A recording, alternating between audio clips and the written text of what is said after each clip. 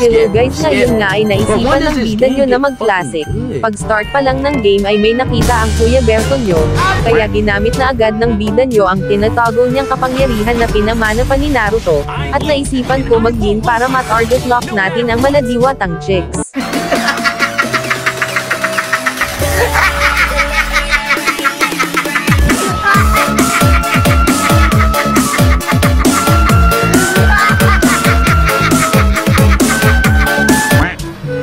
Pag start ng game ay punta muna ako sa blue kasi EXP ang dalaw natin, tamang farm muna tayo.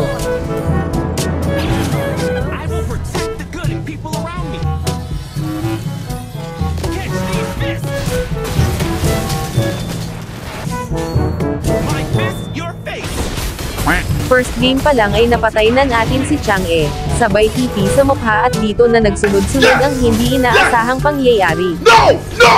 No!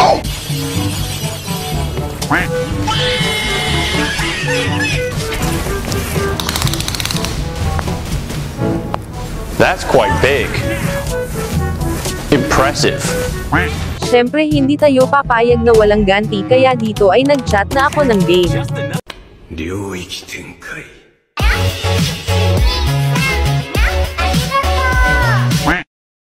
Kaya siya na lang ang tina-target lock natin, sabay TP naman sa mukha. Tapos nakita ko naman yung MM nila nag-push kaya binigyan na natin. Nakita ko naman yung Chang'e nila kaya binigyan na naman natin siya, at nakita na naman natin siya na may pinaplanong masama kaya kinulong na naman natin ulit.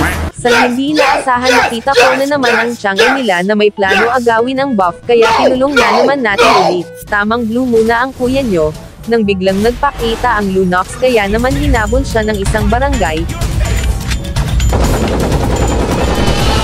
At dito guys nakita ko naman si Chang'e pero naka-flicker pa kaya ako pa ang namatay kaya dito nagsimula ang hindi inaasahang pangyayari.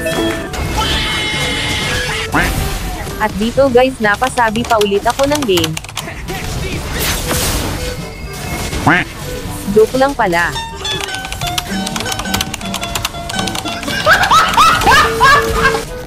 Excited yata yung Chang'e, nag-chat na naman ng bye kaya napahiya katuloy kay Son at Ano sa inyo?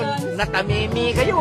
dito guys sa digil ko pinasok ko na at na-realize ko wala palang malakas sa tatlo kaya napahiya ang Kuya Berto nyo. Sa gigil ko hinabol ko ang MM at inultihan ko na para hindi makatakas. Dito nga ay nag-word sila at pagdating ko ay naultihan ko pa ang Lunox at napatay din ako dito ni Son.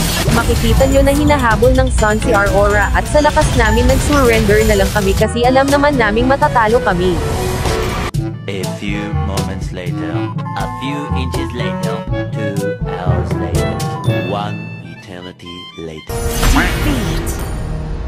Hanggang dito na lang at kung napasaya kita baka naman isang bagsak ng like and share. Salamat sa panonood, mag-iingat kayo palagi. Sorry.